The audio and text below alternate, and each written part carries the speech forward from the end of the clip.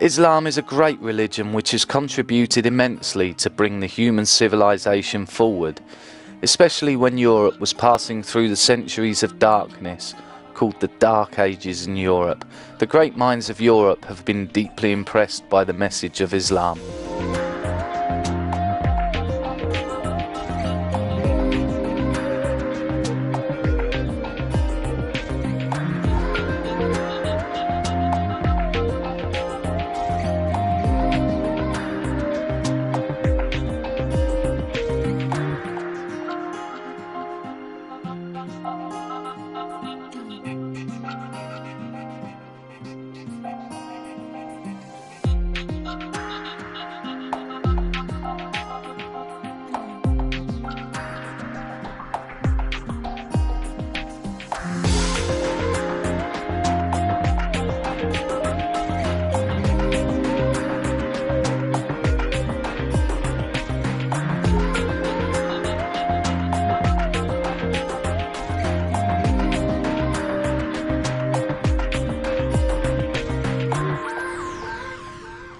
Dehumanisation of the enemy has been a universal phenomenon. Yesterday's it was the Jews, today it's Muslims.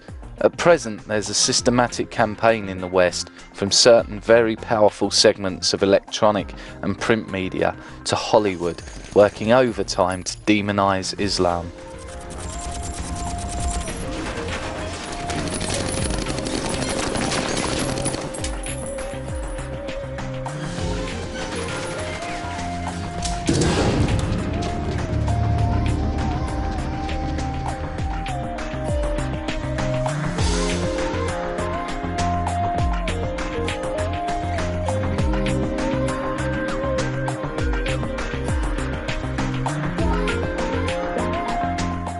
The Western media can and does dehumanize Muslims. That's to say, treat them as caricatures, treat them as abstract ideas and not the flesh and blood reality. So it's possible in the Western media to make stories up about Muslims which aren't true, to portray Muslims in an invidious light which isn't true. And this does happen, and we badly need to change that part of our public culture. It's the history of all empires. When they go and kill people, occupy their countries, they have to dehumanize them. They have to believe they're inferior, because if they weren't inferior, how come that they've allowed themselves to be occupied? And they kill.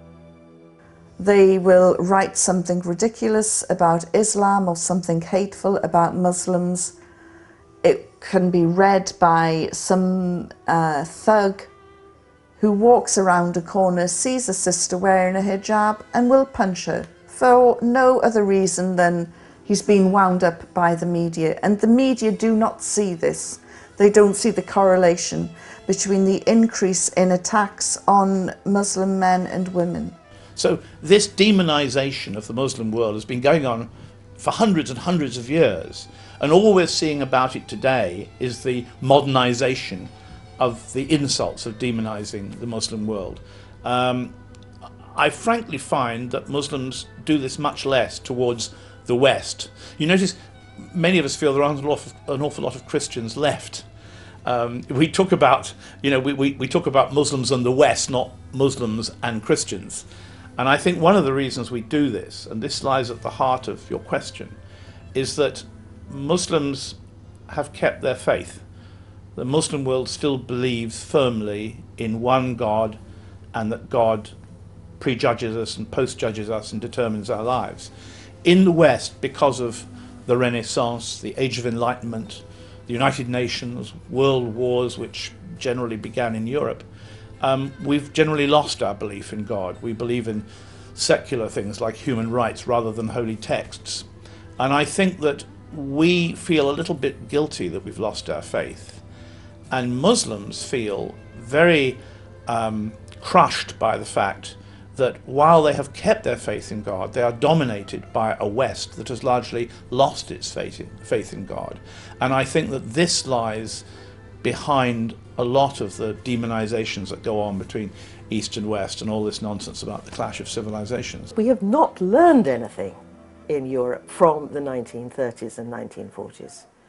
And what made me write my biography of the Prophet Muhammad was that after the horror of those camps, we should realize that we must never again fall into the habit of denigrating any other group, because it can lead to that. And not long after I wrote my biography of Muhammad, there were more concentration camps in Europe, in Bosnia, and this time Muslims were in them.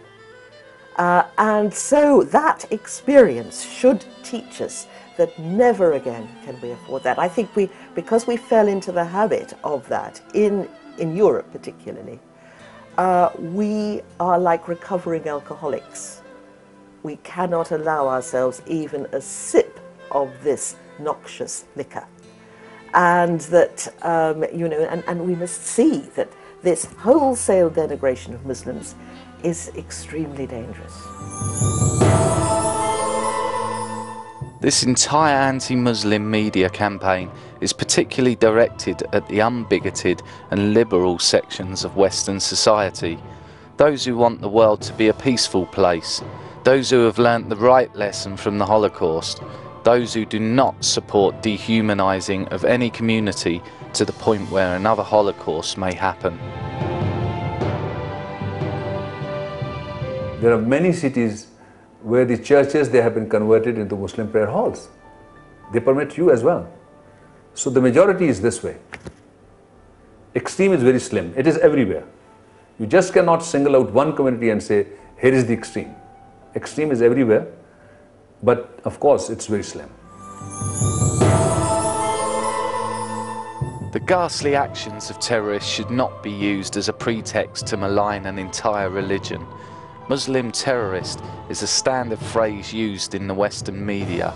On the contrary, when a terrorist act is committed by a member of any other faith group, such terms are not coined.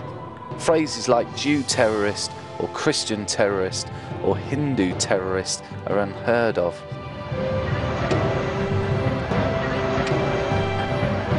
If you Google the word Islam or Muslim, you are 100 times more likely to find the word terrorist in the same sentence than if you Google Christian, Jew, Hindu, any other faith. I mean, we're doing this interview in London, which throughout the 70s was being attacked by the Irish, IRA bombers.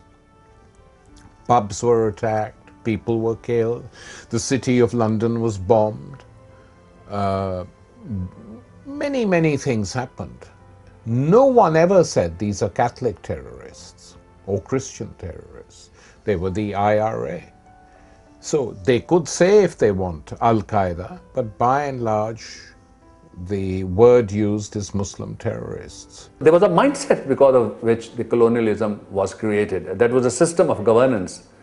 Whether those who were creating colonies were believers, non-believers, Christians, Muslims, Jews, irrespective of that fact, that was a system of exploitation, and that was a system of plunder and looting the vulnerables. So you just cannot dub it with the religion. We must uncouple the words Muslim and terror. It's used too loosely, and I don't like the word moderate Muslim either. Who wants to be a moderate anything? I mean, do you want to be a moderately good broadcaster? I certainly don't want to be a moderately good writer.